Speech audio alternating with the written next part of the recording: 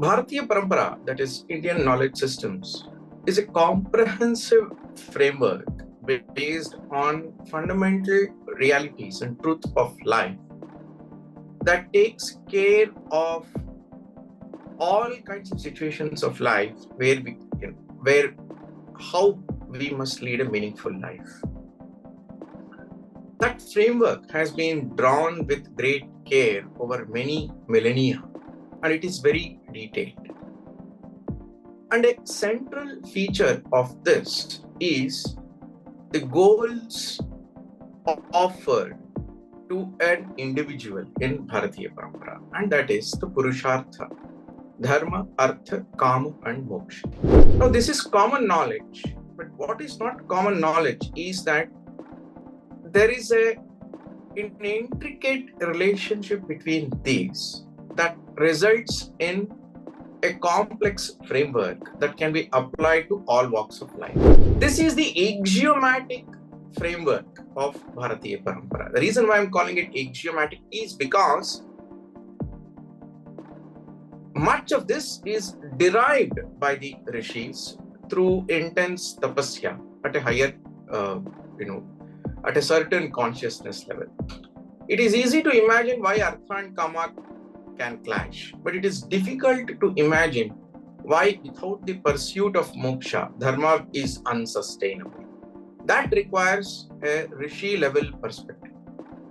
So we take that perspective as an axiomatic reality, proposition, and then move on. Karma is the instrument in the hands of man to strive for dharma. It is that collective of actions in accordance to dharma strives to elevate us to moksha. More the karmic quotient of the society, closer is the universe of life to sthiti, higher is our possibility to attain moksha. More sustainable, just, and fulfilling it is for the entire humanity. Higher health, happiness, harmony possible, and greater well-being of all beings possible. So, karma is an important and an integral part of the Purushartha framework. In life, we have 5 kinds of experiences, which is listed on the right side. And they are performative experiences and consummatory experiences, which are basic. We do things and we consume things. That's the basic thing. But what Purushartha does is elevates performance and consumption through aesthetics, rituals, and renunciation.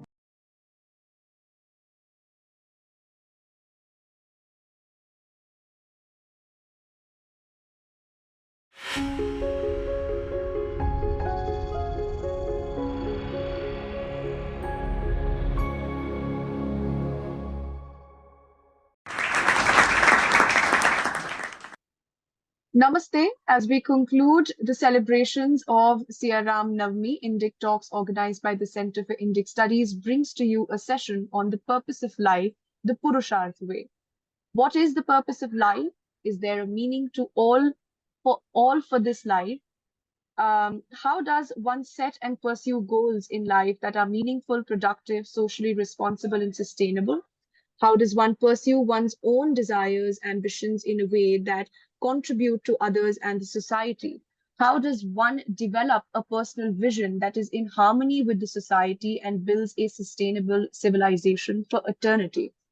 Bharatiya Parampara has answered this question very clearly. It's Purusharth, Dharma, Artha, Kam, Moksha. These are not simply 4 independent pursuits, but there is a deep interrelation between them, understanding which unlocks enormous potential for a man to pursue health, happiness, and harmony. Purusharth is the framework for the well-being of all beings for all times, in the present and the future. In this session, we will learn how to develop a Purusharth thinking and apply that to our lives, pursuits, desires, and needs meaningfully. We welcome our venerable speaker yet again, SHIVAKUMAR GVG. He is a director at Indica and IKS researcher who spearheads efforts to honor 108 living and past gurus, nurturing their legacies and empowering leaders in Indian knowledge systems. He is devoted to Itihas Purans. He blends traditional wisdom with modern frameworks fostering a deeper understanding of civilization and serving as a mentor for aspiring scholars. Shivkumarji holds a M.Tech in Computer Science from IIT Bombay and a BE from the National Institute of Technology, Surat, with 25 years of experience in industry of IT, with his expertise spanning over theoretical computer science, algorithms, and learning system design. Shivkumarji resides in Bangalore with his family and is a devoted follower of the river goddess Saraswati. I welcome you, sir, and I request you to take over from here. Dhanyavad, Ojasvi. Thank you very much. Namaste and welcome to all of you for this small discussion on the purpose of life, the Purushartha way. Bharatiya Parampara, that is Indian knowledge systems, is a comprehensive framework based on fundamental realities and truth of life that takes care of all kinds of situations of life where how we must lead a meaningful life. That framework has been drawn with great care over many millennia, and it is very detailed. And a central feature of this is the goals offered to an individual in Bharatiya Parampara, and that is the Purushartha, Dharma, Artha, Kama, and Moksha. Now, this is common knowledge, but what is not common knowledge is that there is an intricate relationship between these that results in a complex framework that can be applied to all walks of life. And we shall see a glimpse of that in today's presentation. Next slide, please.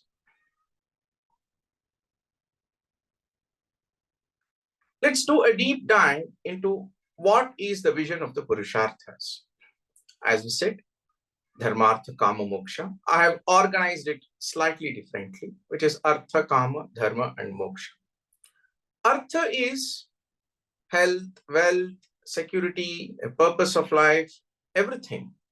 So what we call as Ashtalakshmi is what is derived through Artha.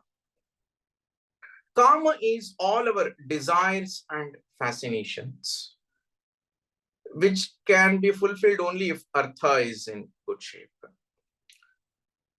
Dharma is the all-binding balance that balances our pursuits of Artha and Kama.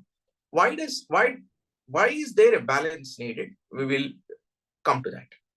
And the fourth element is Moksha, that is renunciation and liberation from Artha Kama through Dharma and a journey towards merging into the sacred. Artha gives us all the instruments so that we can fulfill Kama. Dharma sustains Artha and Kama. It's important to note that Moksha sustains Dharma.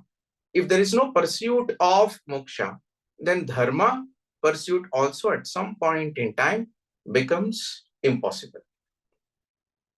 Why is Dharma required to sustain Artha and Kama? Because of two reasons.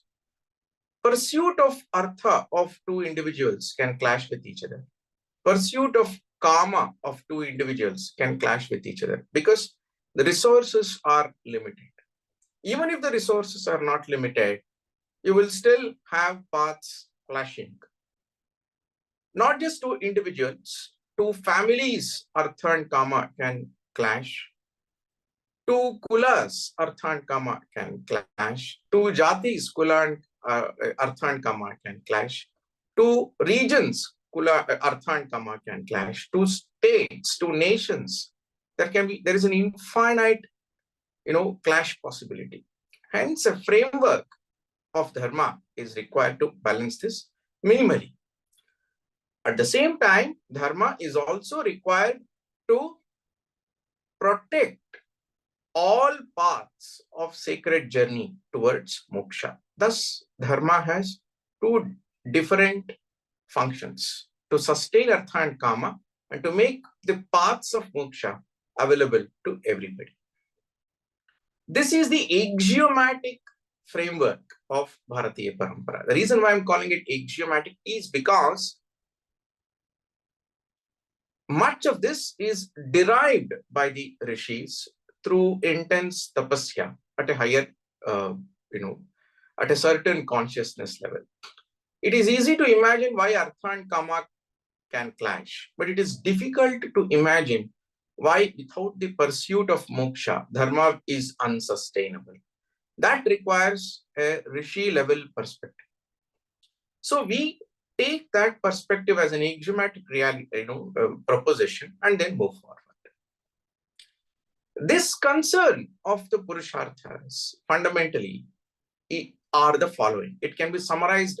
What does it result for individuals and the civilization? This is a framework of life enabling fulfillment in a most equitable and sustainable manner for an entire society. It's not designed for a single individual. A single individual's desires and ambitions may not be fully fulfilled, but the maximum possible desire and ambition fulfillment of an entire society, not just for today, but also for tomorrow.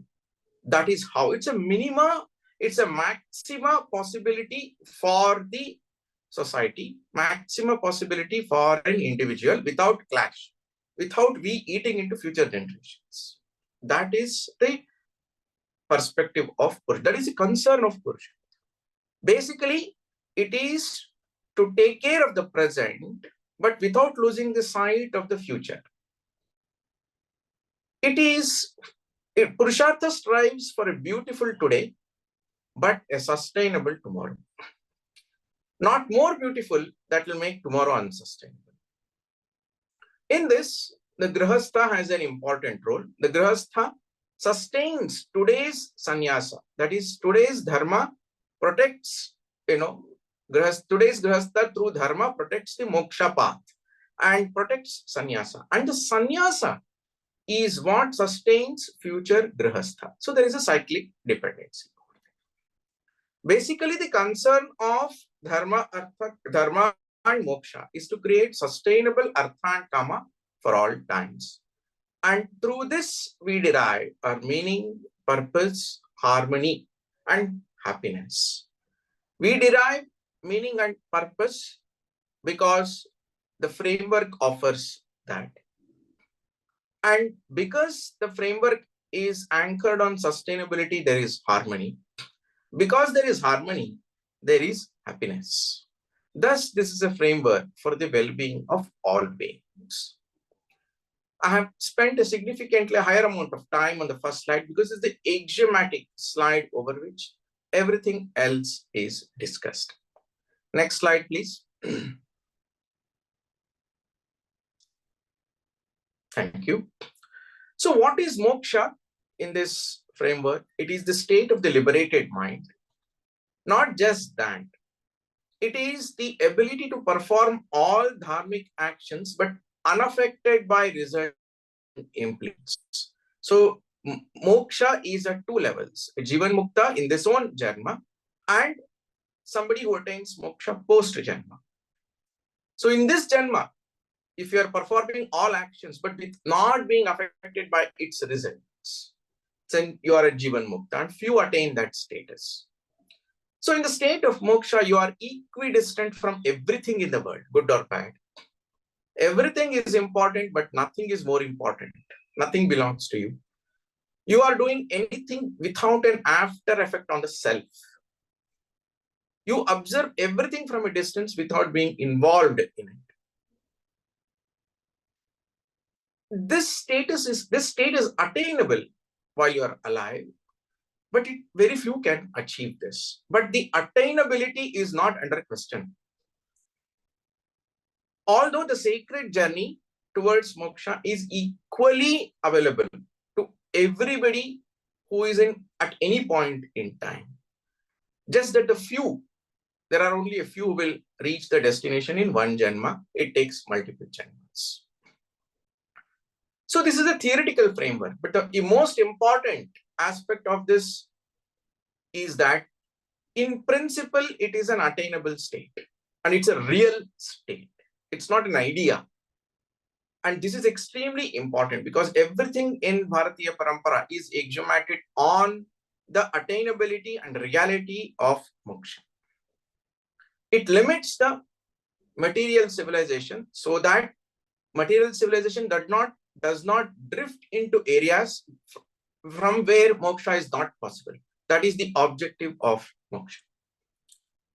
Practically, how is this translated into life?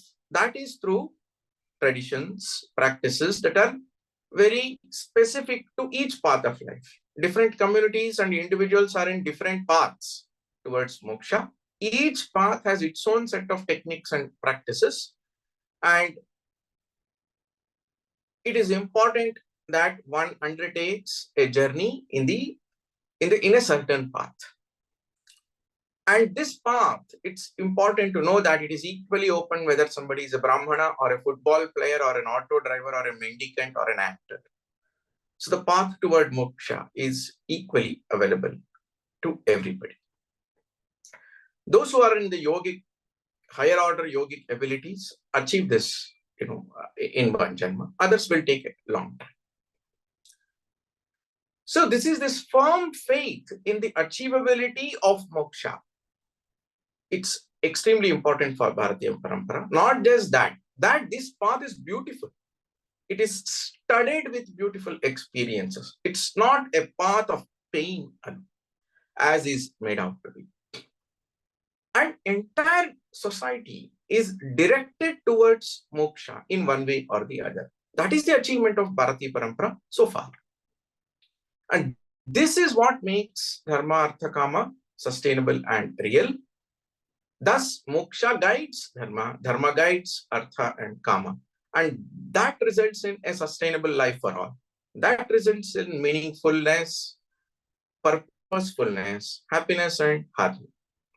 And this ensures that overall life, which is a part of the Srishti Sthiti Laya cycle, as we know, is in balance. The cycle of Srishti Sthiti Laya can be in balance only when there is higher order Purushartha pursuit of an individual, of a collective of the individuals. Next slide, please.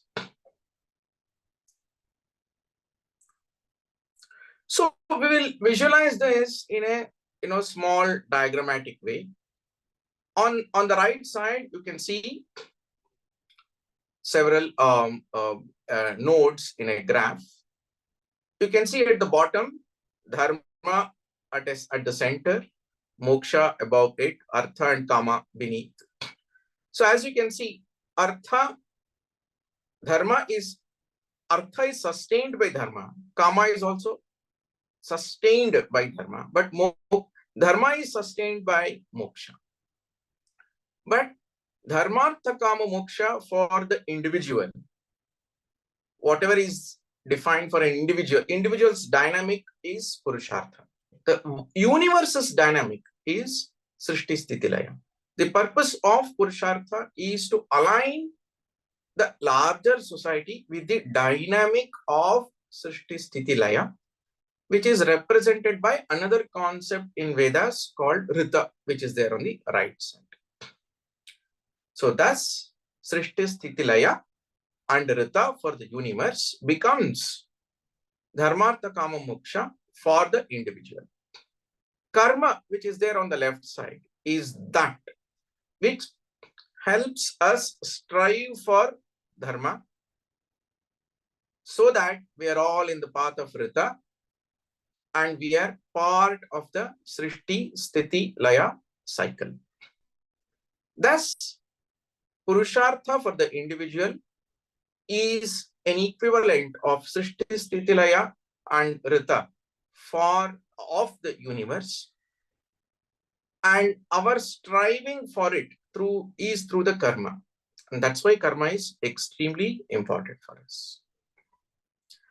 Next slide, please. So karma is the instrument in the hands of man to strive for dharma. It is that collective of actions in accordance to dharma, strives to elevate us to moksha. More the karmic quotient of the society, closer is the universe of life to sthiti, higher is our possibility to attain moksha. More sustainable, just and fulfilling it is for the entire humanity. Higher health, happiness, harmony possible, and greater well-being of all beings possible.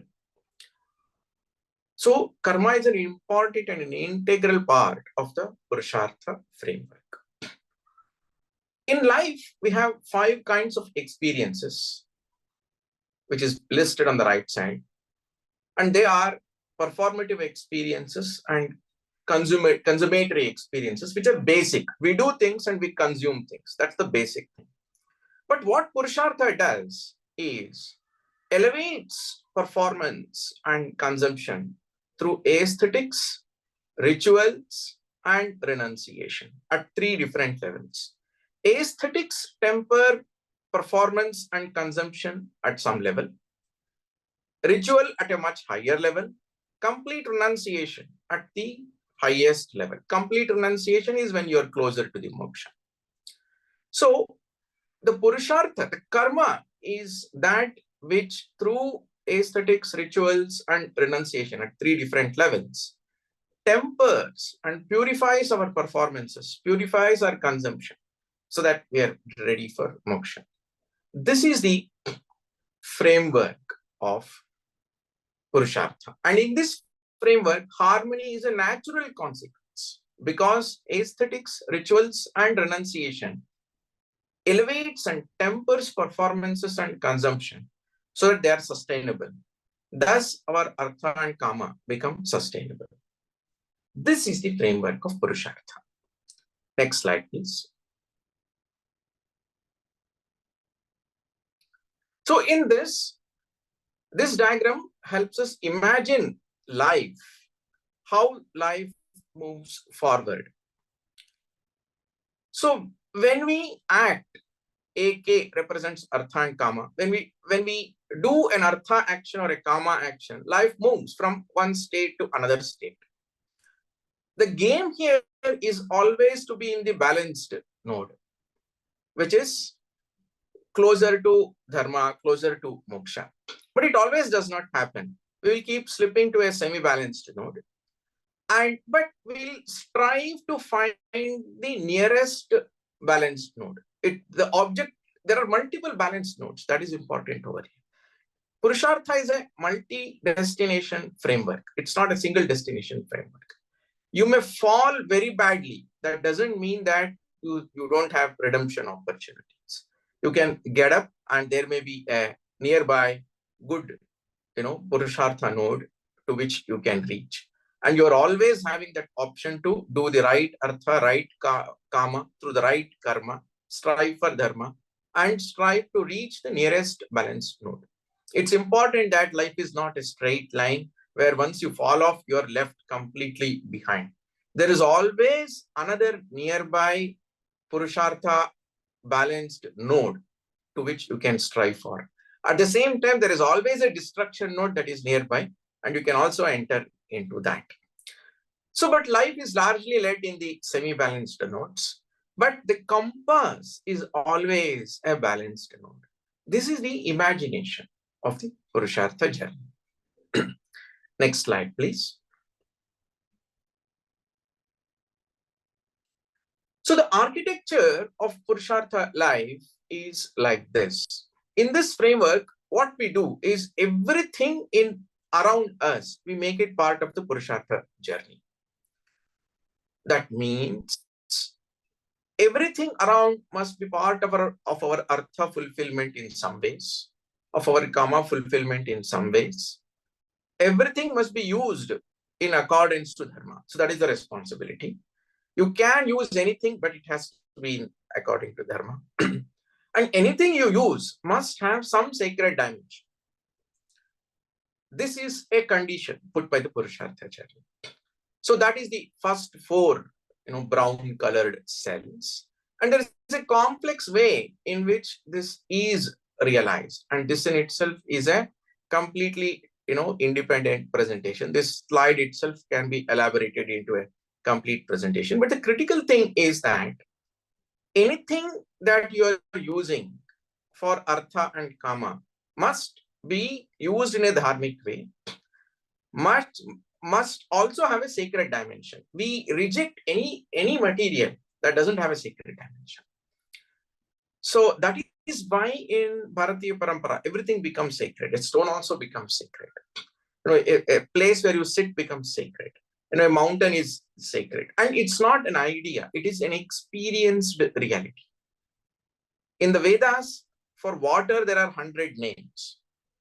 Each of those 100 names have a material dimension as also as divine dimension. So each name is corresponding to a material reality of the water, flow, so on and so forth. And there is a sacred dimension corresponding to it, experienced only by the rishis.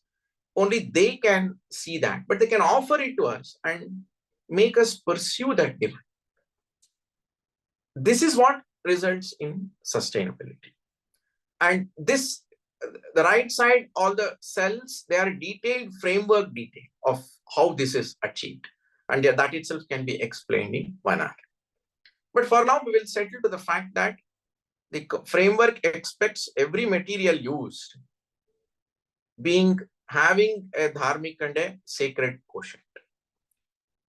At least that is the striving for. It is impossible for everything for it to be like that. But this striving for all material that we create or use to have a sacred dimension has saved Bharatiya Parampara from going excess in any material and ensuring that we live a sustained life. Next slide, please. So given this framework, now we will enter into aspiration building, or how we must organize our lives. So our aspirations, we want to become something. And why should we become something? So that we are able to fulfill our desires. We become secure in life. People want to become engineers so that they earn enough money. Why? To fulfill their desires. To become secure in life so that you can offer a reasonable life to your family and you have a good status so that others respect you. At the same time, so that you build a healthy society. At the minimum, everybody wants to build a healthy society because one's own children have to live in a healthy society. At the same time, to experience the divine beauty of life. These are the 4 objectives that you can draw from Purushartha. So the 4 dimensions are desire, security, society, and divinity. These are 4 dimensions of life in which we kind of operate, whether we like it or not, whether we acknowledge it or not. We constantly operate in these 4. The divine dimension happens through tradition subconsciously, and we don't realize that. The society dimension happens through family and community and all our relationships that we develop. Again, happens subconsciously. Whereas desire and security we consciously pursue. Those who consciously pursue the society and the divine dimensions are higher beings. And they must be the leaders. Those who pursue only desire and security should be confined to a certain limitation. If they enter leadership space, then you have a problem. So that is the framework. Now let us see how this framework details itself so that we can take appropriate decisions in our life. Next slide, please. So this is how the Purushartha map of a human being can be drawn. On the y-axis, you can see the self that is on the columns. And on the columns, it's others. On the rows, it is self. That is, we pursue our desires. We build our security. We make the society minimally for ourselves. Minimum society is family, your friends, and so on. And we seek to experience the divine. So that is on the y-axis. And on the x-axis, we don't live in isolation. We live with others. We live with family, we live with friends, we live with society, we live with nation and the universe, depending upon what is our imagination of our boundary, or what our ambition of wanting to be in a certain space. Different people have different ambitions. A lot of people don't want to move beyond their family. Even for them, this framework is necessary. Few people want to be in the public space, in the society, nation, and universe space. Even for them, this framework is important. So, how do we read this table? If I'm the first cell is if I'm fulfilling my desire, self's desire, but if I'm also through that fulfilling others' desire, I'm Uttama. Uttama is the best case. So I may be fulfilling my desire. Through that, I may be fulfilling others' desires. I may be also fulfilling others' security. I may be also contributing to others' society. That is outside of my natural boundary. I may be also contributing to others' divine pursuits, in which case I am Uttama. I'm helping. But I may pursue my desire without contributing to others, no impact on others. Then I am Madhyama. I may be pursuing my desire by harming others' desires, by harming others' artha, by harming others' society formation, by harming others' pursuit of divine. Then I am Adhama. So you can see that for me to fulfill my desire, there are 3 plus 3 plus 3 plus 3. There are totally, some 12 different possibilities. Similarly, well, for me to build Artha also, there are 12 possibilities. For me to build, contribute to my own families, also there are, 12 possibilities, and my own pursuit of divine also 12 possibilities. There are many more possibilities. I'm just reducing it into this. This framework is important for us to know we are in which quadrant and what we are doing, whether we are doing the right thing in that quadrant or not, is what we need to understand. So now we will see how this pans out in the future. Next slide, please. Okay, so if I'm fulfilling my desire and I am through that operating in others' desires being fulfilled, then I'm an individual at level 1. The whole 16 cells are organized into 4 groups. The individual space, the societal man space, the civilization maker space, and the renunciate space. And in each, there are 4 different levels. How do we read this? If I am fulfilling my desire by fulfilling others' desires, then I'm individual level 1.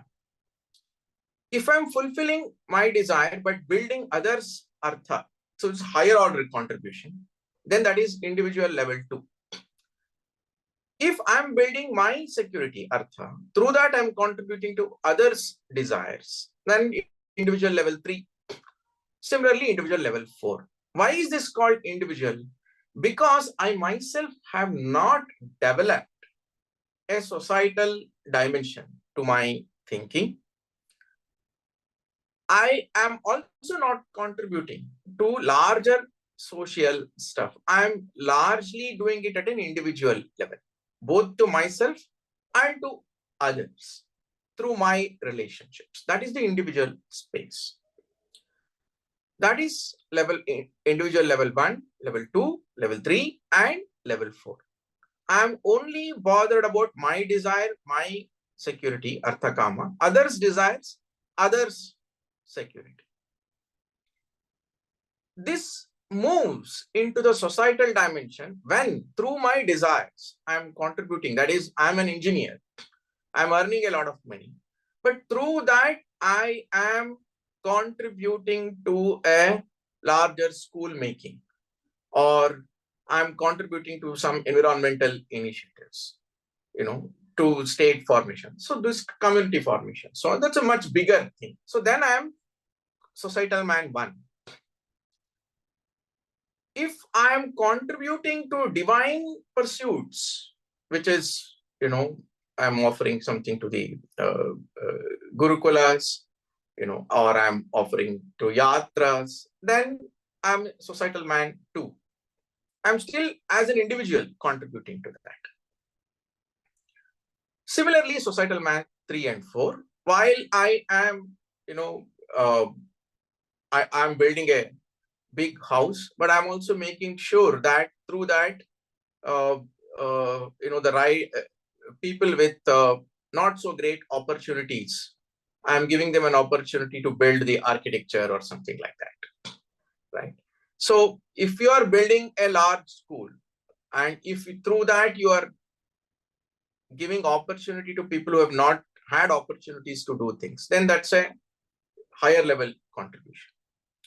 So that is through my artha and kama, I'm contributing to dharma and moksha of others, which is societal man 3. But when I move myself within myself to, understanding the society at a higher level, I'm not now doing at an individual level. I'm leading some things. I'm leading a small organization, and then through that, I'm beginning to fulfill others' desires, fulfill others' security, fulfill others' divine pursuit. Then I'm at a civilization maker level.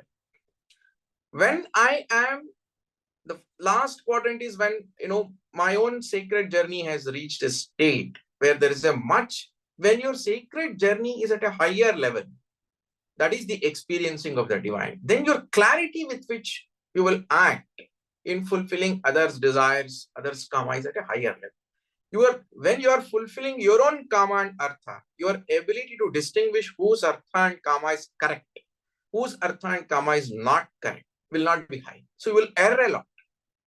Whereas your higher order society thinking, higher order divinity experiences will help you develop the ability to make the right decisions even at the artha kama level. That's why sages have the ability to take much better decisions. People with a sense of balance, with a higher order spirituality, always will be able to take a better decision. So last cell is, you are almost going towards moksha. That is, at an individual level, you are experiencing the divine at a highest level. And you are also at a rishi level where you are ensuring that the larger society also has the ability to take, Purushartha journeys. That is the last cell, renunciate level 4. So you can see that. Could you try again? So you can see that.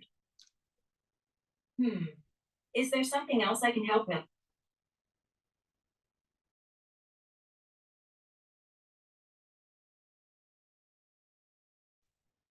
So you can see that you have 16 different possibilities, and maturity level required for each of that is different. And you can see which quadrant you are in, and each quadrant comes with its own competence to develop, its own risks. In this presentation, there will be not enough time to go into what are the risks in each of these levels, and what competencies, if you don't develop, you will get into risks. I'll just refer to one, but that's a deeper discussion. So, but this you can see that the framework of Purushartha gives you a very clear way of mapping yourselves to where you are, and understand what it takes to develop where you want to be. Everybody will not want to be everywhere, but if you want to be a societal man 3, then there is a certain preparation required, and one must do that. Next slide, please. So this is how the journey actually will be. And this slide requires a lot of elaboration. The same slide that we had in the previous slide is elaborated very highly. So when you're, let's take just one cell. When you're fulfilling your desire, and through that you're fulfilling others' desires, it means that you're anchored on your karma. That is what it is. You're still developing artha. You're still thinking society, but it's not enough. And you're still maybe observing some rituals, but it's not at a higher level. If you're not doing any of that, then that is also another possibility. If you can be anchored on karma, you need not be observing rituals. You need not have any thinking in this about the society. Then you are becoming a self-obsessed person, which is a higher risk. But most people are not like that. Most people, they may be anchored on fulfilling their desires, but they have some sense of artha, some sense of society, some sense of rituals, which is okay. Whereas when they move towards building security for others, but you're still anchored on your own karma, which is the second, you can see that there are two red marks because you are developing your own artha. It's not enough yet, but you're contributing to somebody else's artha. Your decisions will be tougher in that space. When you are building your own securities, your ability to contribute to others' decisions on building security is higher. So you can see that from the first quadrant to the second quadrant, movement is somewhat of higher risk. So one should know that if you are only fulfilling your desires, you have not even thought about your own artha, but you are trying to contribute to others' artha. It is complex. You lack the competence to do that, but sometimes you still do that.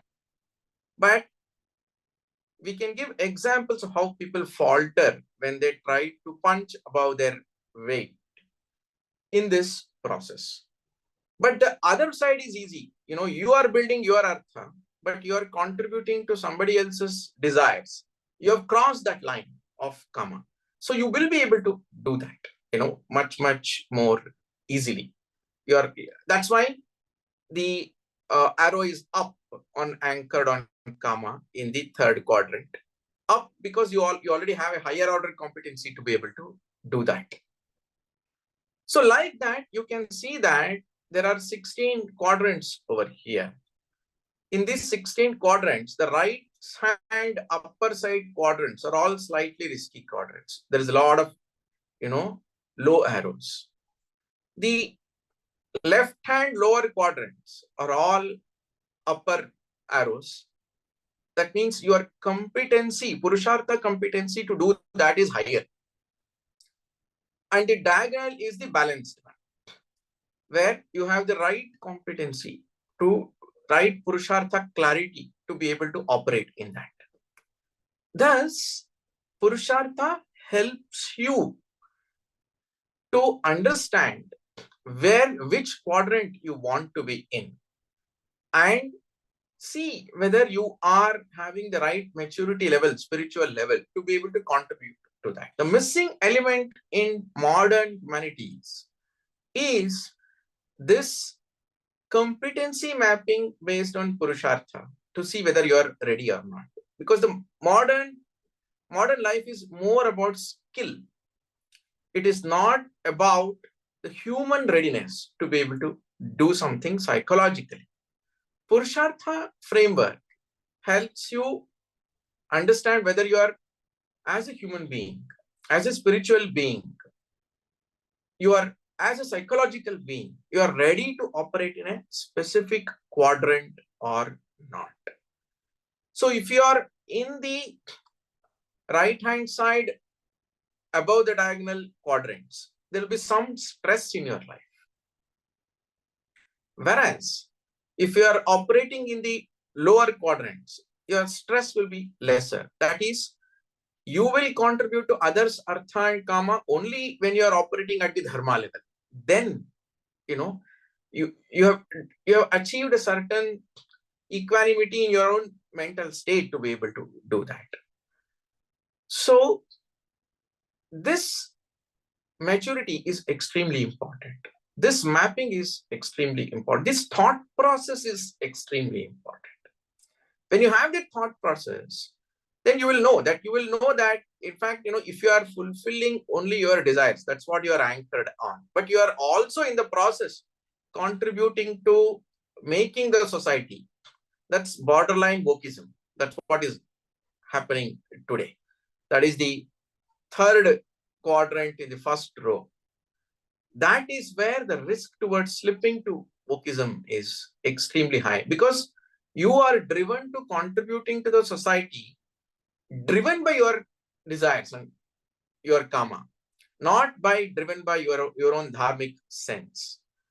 It is always a slippery slope. Not that one should not do. There are people who will do that know what is the boundary that should not be crossed. And crossing that boundary is extremely important. So row 1, column 3 is a high risk quadrant.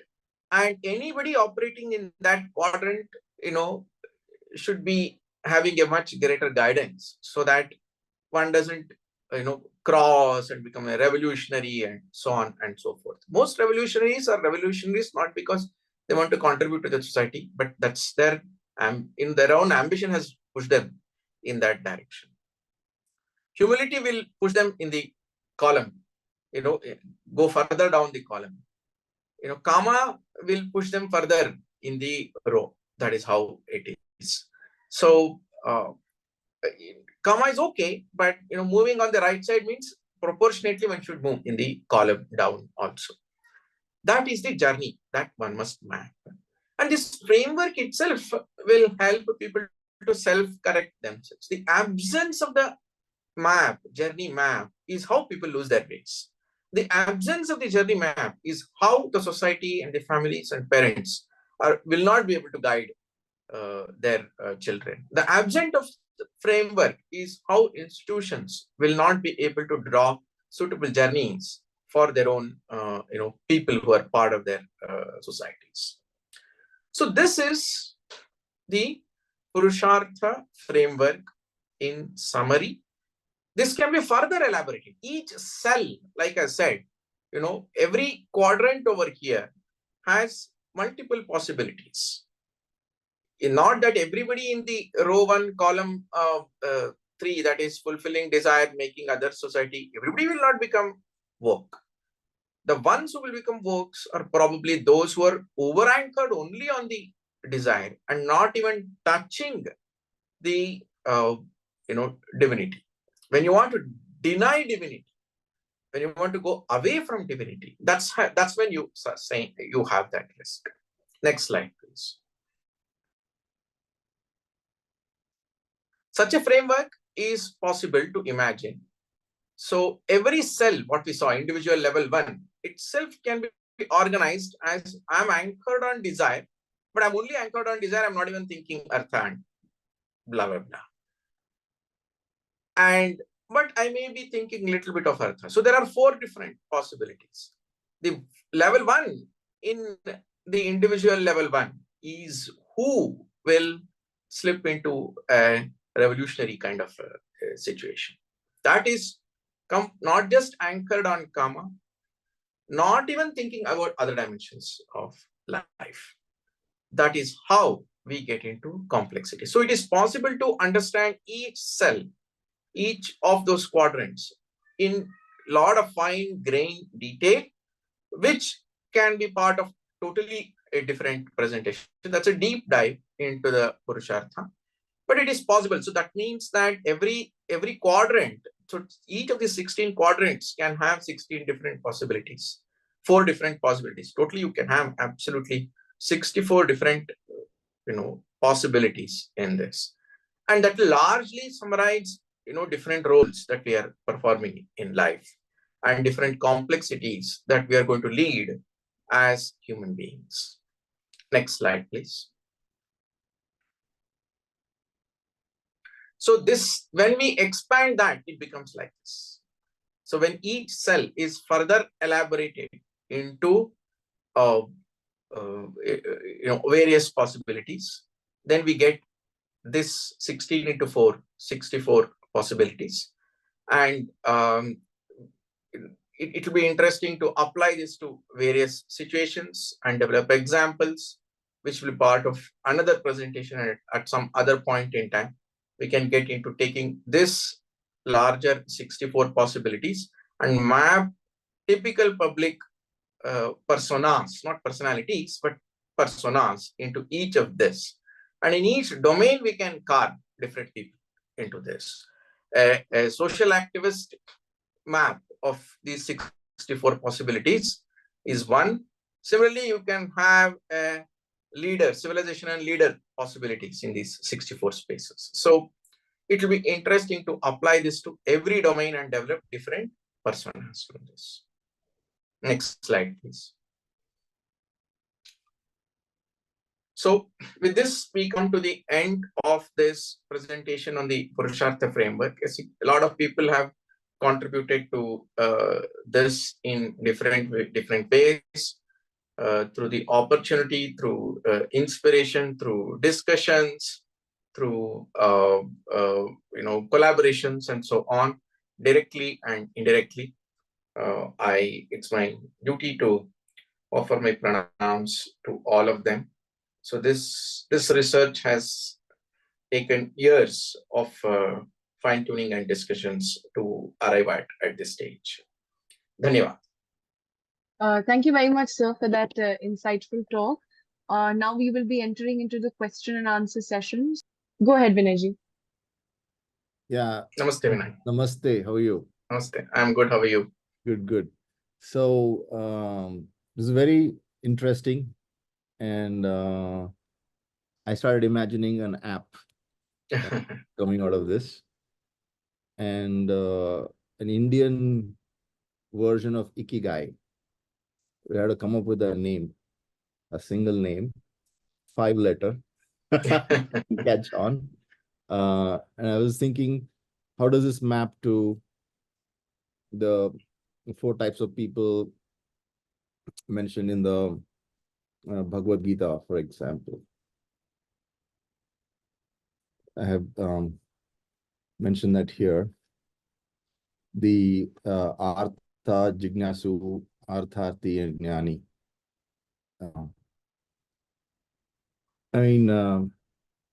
I think it's so complex and so many variables for a person to plot himself or herself along this.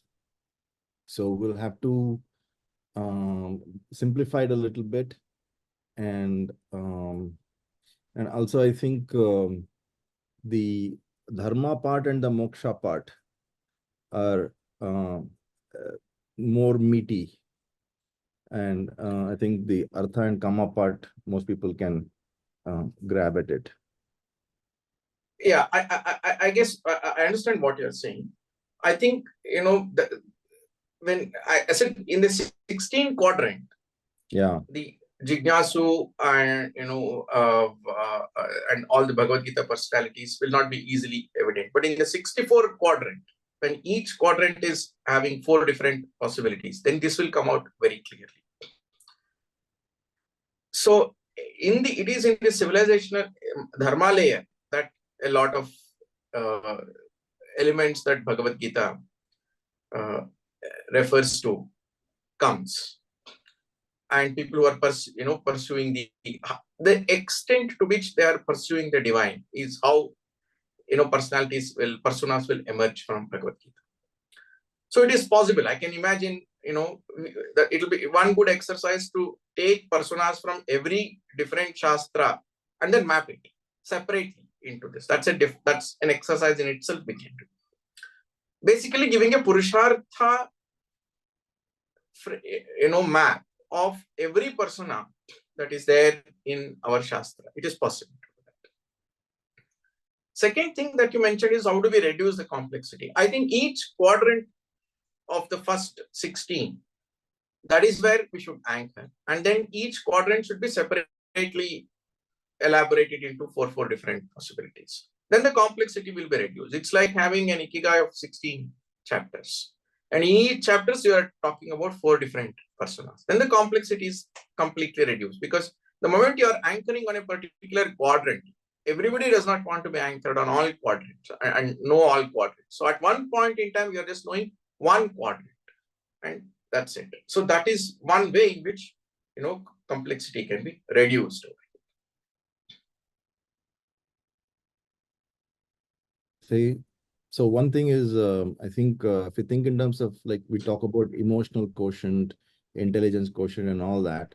So along these lines, we can even think of measuring a person's dharma quotient and Yes. the moksha quotient, because Yes. as you increase the dharma quotient, the definition of dharma already includes moksha, and already In some ways, yes. and already includes how to address the artha and kama. So Correct. That's true. So it's only a question of, as we ratchet up the understanding of dharma and intellectual level, emotional level, and a practical level, these other things, kind of come to. Anyway, we'll discuss Yes. ideas. So very nice presentation. Thank you. Thank you. So one of the questions that have popped up have been talking about family. Family is a collaboration, but then everybody, like you said, has a personal vision of the Purusharthas. Then Correct. how exactly do we collaborate within a family while also having our individual pursuits? And this especially in the context of the role of a woman. Extremely important question. A critical element in the Purushartha framework is that if the desire is not fulfilled, then operating at a higher level is not possible. So it is very essential that every individual has the opportunity to fulfill one's own desires. So in any situation when the fulfillment of the desire is not being allowed, that itself is adharma.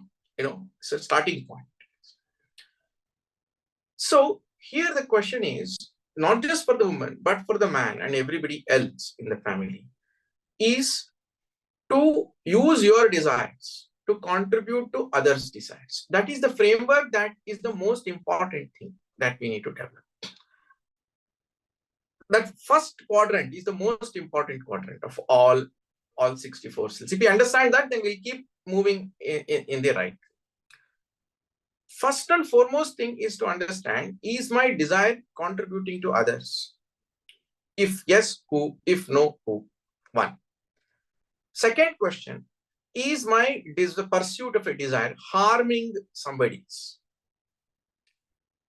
There are umpteen number of situations where the first kid or the second kid pursuing education has taken over the opportunity of the other kid in the family when the resources were less. Today it's not an issue maybe, but it has happened in the past.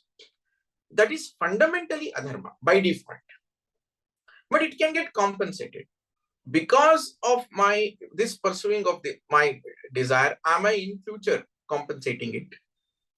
That is how you have to think. So first and foremost thing is to develop this thinking, asking this question: through my desire, am I blocking somebody's desire? Then that is adharma. So the moment we start taking that decision, so it will begin to pinch. Today that thought is also not there. There is a sense of entitlement.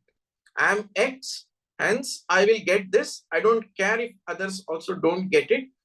See, I have spoken about this to several people, and kids in the cities have a difficulty imagining that their ambition pursuing may be harmful to others. They can't even think about it. Whereas in the smaller towns, I ask this question: okay, you have this desire. Can you tell me who it may harm? They are able to tell it. So the consciousness itself is the first step in this. inability to think. So then I had to tell them that you want roads. But please note that somebody has to vacate them there from, if their house is on the road, they have to vacate. If the consciousness itself is not there, a city kid is today unable to think that by default. You have to tell. Whereas a midtown kid is able to very quickly imagine. So if we develop the ability in the society to imagine how my pursuit is either contributing to others' pursuit or harming others' pursuit, that itself is a huge contribution. The moment you begin to develop that consciousness, the rest of it will happen. Today, that consciousness is not only killed, it is not there at all.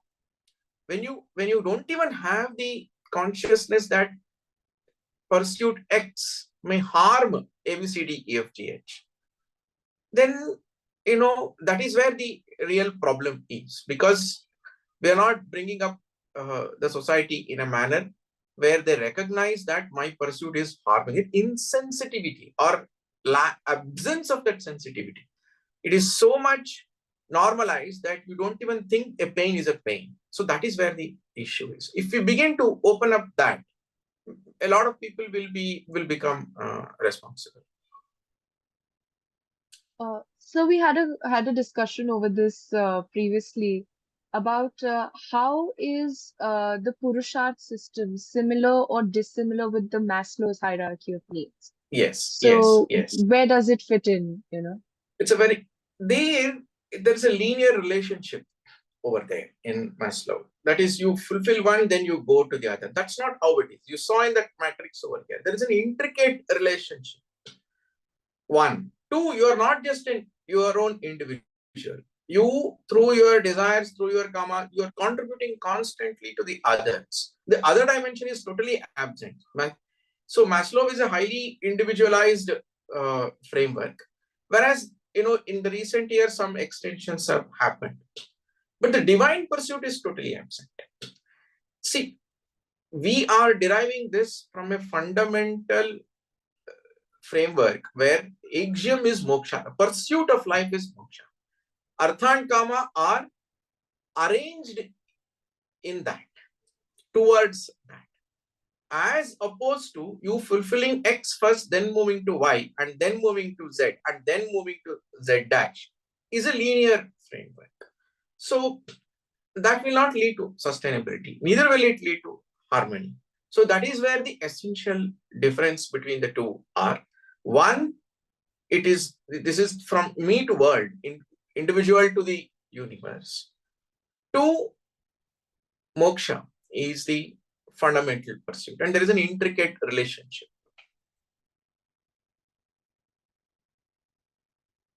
So there's a question about perception, how you said that with increased divinity, one comes closer to the processes of moksha, which is renunciation. But at the same time, with the higher order of divinity, one is able to be more decisive and make better decisions also. So Correct. then there is often this, perspective conflict that people have, especially when, let's say, Yogi Adityanath came into the political scene. That they are people who should be going towards moksha. Why are they coming towards politics? So then, how do we challenge that perspective?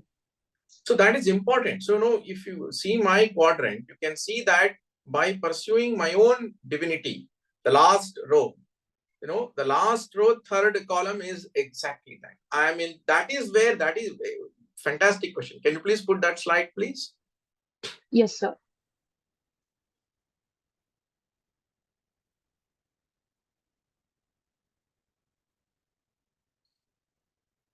Which one would that be, sir? This one?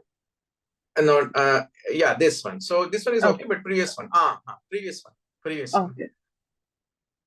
No, yeah, this one. Renunciate level 3. That's where, I'm experiencing divine. I'm in the highest level of, I'm anchored on the divine for myself. But I'm making other society. That means the others here is the nation or the entire state. That is renunciate level 3. So it's very clearly, you asked a fantastic question and the mapping is exactly there. This is not imaginable in any other framework. This is not only imaginable, this is so highly placed in the society. So it's important to know that this is honored in the Indian tradition, and hundreds of people in the past have done this when required. Swami Vidyaranya during the Vijayanagar, and Samartha Ramadas, and so many people have done this, and that's why Bharatavarsha is Bharatavarsha.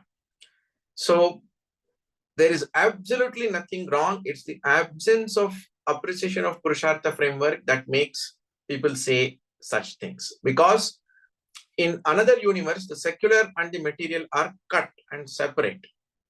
That comes from the European experience. So it's not, does not come from our experience. And when moksha is primed, renunciate level 3 is greatly honored. So fantastic question. It's extremely important to know that in the Bharatiya Parampara, that is an honorable position. It's a difficult position. That's all it is. Most renunciates will be at renunciate level 1. Can I say something here? Can I add? Yes, something? please go ahead. So I think here it's probably not renunciation in the way that people think about it. It's more of an internal thing. Yes, renunciation is giving up, your artha kama, your material pursuit. You're in the higher order divine pursuit, and sannyasi is somebody who has given up any attachment with the material world, but not with dharma. Dharma's attachment will still be there, and that wanting to establish dharma forever will never go away. That's the Rishi's space. All the Rishis have operated in the material dimension. Vasishtha was, why are the Rishis Kulagurus? They are out there, right? So renunciation for me to not have any attachment and moving towards the highest supreme is one thing. But if that is needed, I will use the same level of clarity to come to the material world. It's like Sri Krishna. Sri Krishna is the greatest renunciate, but he's the most operating in the material universe. So it's like that. And then also the exact question that Ojasvi asked was asked in one of the Upanishads, I think, where about Janaka. Like, okay, how can this guy be, renunciate? He is surrounded by all these people. Yeah. When Vyasa's son Shuka wants to give up the world, attain moksha, Vyasa tells, first go and learn from Janaka.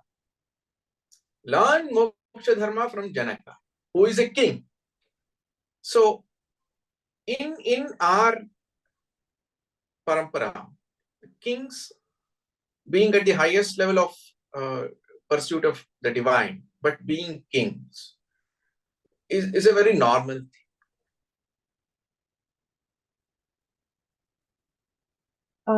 So Nice. one more question Yes, would be about, like, you said that artha is wealth, and wealth is not just money, and kama is desire.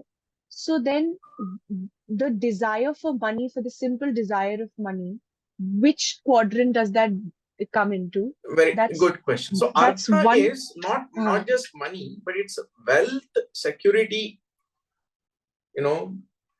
Ashtalakshmi. It is even your health is part of it.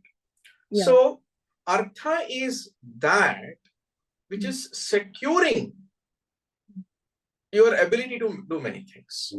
It's securing your existence. It is securing the existence of your family. It is securing your ability to fulfill your desire. So artha does not by default have the desired dimension. So you may be pursuing money to fulfill some other desire. At the same time, you may be pursuing money because you want money. So in that case, both artha and kama are exactly the same. But artha is usually the instrument, not the destination. Sometimes it becomes the destination also. So, you are wanting to build a house is for security. Many people have a detachment. I'm building it for my security. But some people have that ambition of building a house itself. Right. So the very artha becomes kama also in that process. So at times it is one and the same, but generally as a framework, it is separate. That actually reminds me, sir, that oftentimes, when we talk about karma, I think it's reduced to just avaricious pursuit. But it's True. also, it also includes architecture, courtesanship, Everything. all of that, Absolutely. right? So could you Absolutely. tell us what that desire actually talks about? Because desire, thanks to, all the Western influence and the biblical influence we've had, has always had a negative undertone to it. Correct. So desire by default, see, kama is the only word in Bharatiya Parampara that operates at two different levels. One, it is part of Purushartha, which is respected and honorable mention. At the same time, it is part of Shadripu or Arishad Varga, Kama, Krodha, Lobha, Moha, Mada, Matsarya, where it is negative. So both dimensions, that's the only word, frankly, having that dimension. It is the link. So if you are operating at Arishad Varga level, then all the negative connotations will come into picture. That is, you will pursue a desire for the sake of it only, without it graduating towards artha. Any desire which does not graduate itself towards desire and graduate itself towards dharma will finally end up being negative. But the desire, so by default, it's not right or wrong. So, but if it does not graduate, or if it harms others, your desire, if it is harming you or harming others, harming the universe, then it is on the negative side. If the desire is contributing, then it is not. So the framework, that's why matrix framework is important. The more you're looking at it only from your own standpoint, then it's very difficult to distinguish the two. The more you're looking at it from in a relational way, it is possible. At the same time, let's say indulging in pleasure, let's say alcohol, it's a desire, right? In Bharatiya Parampara, it's kind of not banned, but it is kind of looked at with a caution that something can happen. Now, that desire will become negative when you're using it to harm yourselves. So any pleasure that you are using to harm others will become by default negative. So it's easy to imagine pleasures and desires that harm others, but it's difficult to imagine desires that harm yourselves in the long run, but appears good in the short run. So it's always the appears good in the short run that people will tend to find it difficult to problematize. This is a long-term thinking, and a relational thinking will make sure that you are able to distinguish which desire is positive, which is in the Arishad Varga form. See, wanting the kingdom is not wrong. Duryodhana's problem was, he was not able to recognize that the Pandavas have a right. He was not able to tolerate their developing their kingdom. That is the desire. By default, that desire was harmful to himself and to others. So I think the relational matrix will help us develop that clarity. So one more thing that I wanted to ask was, how would institutionalization within a country look like if it considered the Purusharthas? Like today's education system, it only insists upon how artha and kama are not just important but glorified, that you must always be involved in these two realms itself. So whether it's the judiciary, whether it's the education system, whatever, institutionalization, how would it change if this is taken into consideration? Very good question. So basically, every institution have to develop two things. One is a Purushartha framework. Second is the cycle of Srishti Sthiti Laya. What new has to be created, what old has to be, retired. But the third important thing is, what is the specific sacred angle of your institution? The absence of sacred thinking is what is the problem. If you have the sacred thinking, then you will have the right dharma drawn from that. From that, you will have the right artha kama drawn from that. Because the sacred thinking is the moksha equivalent. What is sacred to any institution today, it is not able to tell. Because when material itself is the only way of measuring life, there is nothing sacred. So if you look at, let's say the state of Orissa. For the state of Orissa, there is one sacred and we cannot impeach it, and that is Jagannath Puri. Now, around that, life gets significantly sustained. For the Bishnoi community, the Krishna Mriga was sacred. I mean, life gets organized. Yeah, today it is, industrialization has destroyed it maybe. But the Bishnoi community organized itself, significantly around that. And their sacred experiences, Artha Kama, everything was around the sacredness of the Krishna Mriga. At one point in time, educational institutions had that, looked at learning itself as sacred. That itself can, the moment you say learning is sacred, or everything associated with learning becomes sacred, Artha Kama gets organized around that. Destroying learning, the sacred dimension of learning, the shraddha for, having that shraddha for towards the teacher is extremely important, not for anything, not for the teacher, but for your own self and the larger culture of the institution. Destroying all of that. I mean, if you look at the way today, several Bollywood themes, the way it is destroying sacredness of everything, that is how you anchor yourselves more on artha and kama and pleasure and all kinds of ridiculous things. So it is the everyday destruction of the sacred. Everything that you retained as sacred in the civilization, there's an assault. And consequently, institutions have completely lost even the sense of sacred. But see, Dhyaya Vakya of every institution in the state government was sacred. Whatever can happen. But, LIC has a sacred Dhyaya Vakya. Yoga Kshemam Vahamyaham. It will have a subconscious impact. Even if it doesn't have it doesn't a good institutional thinker will draw actions from that are sacred. But even if that doesn't happen, the fact that somebody will think Yoga Kshemam Vahamyam will churn inside and actions will be done accordingly. I mean, I would say several institutions, including cinema, they don't have anything sacred. And that's where the deterioration runs deep. So I was going to ask this question to you personally, but now that you've mentioned Mahabharat, so because I as a 20-year-old tend to relate to characters like Karn a lot, but he is a very grey character, right? Now there is his charitable philanthropy, and then his adherence to principles as a warrior, which are, I come from Uttar Pradesh, so we have poetries after poetries about him glorifying that, right? So how exactly do you then, through the Purusharthas, navigate that character? Yeah, I have written 2 articles on Karna as a character, analyzing him from the Purushartha sense, but I'll summarize it. First issue is that Karna's philanthropy, etc., are not greatly there in Vyasa's Bharata. So, it comes only when towards the end of the